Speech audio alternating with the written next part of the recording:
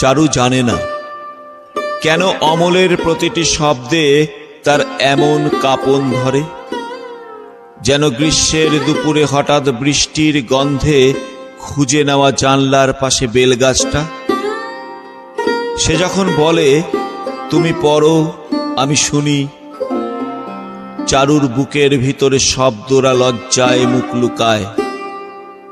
বন্ধুর চেয়ে কিছু বেশি, প্রেমিকের চেয়ে কিছু কম, এই দুর্বোধ্য সম্পর্কের দূরত্বে আটকে থাকা দুজনের নিঃশব্দ কথোপকথন।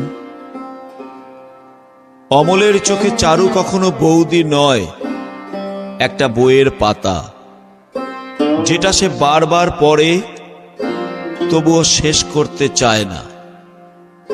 চারু প্রতিদিন চিঠির অপেক্ষায় থাকে, অমলের কালি লাগা হাতের ভাঁজে লুকোনো কথা পড়তে চায়।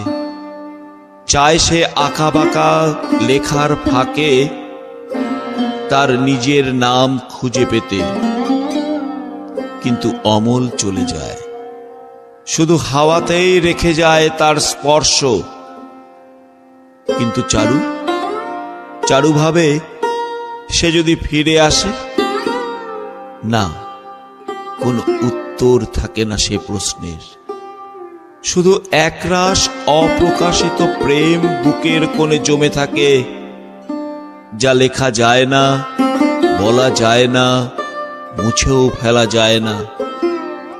চারু জানতো এটুকু ভালোবাসাই হয়তো নষ্ট নীড়ের দেওয়ালেই মিশে থাকে।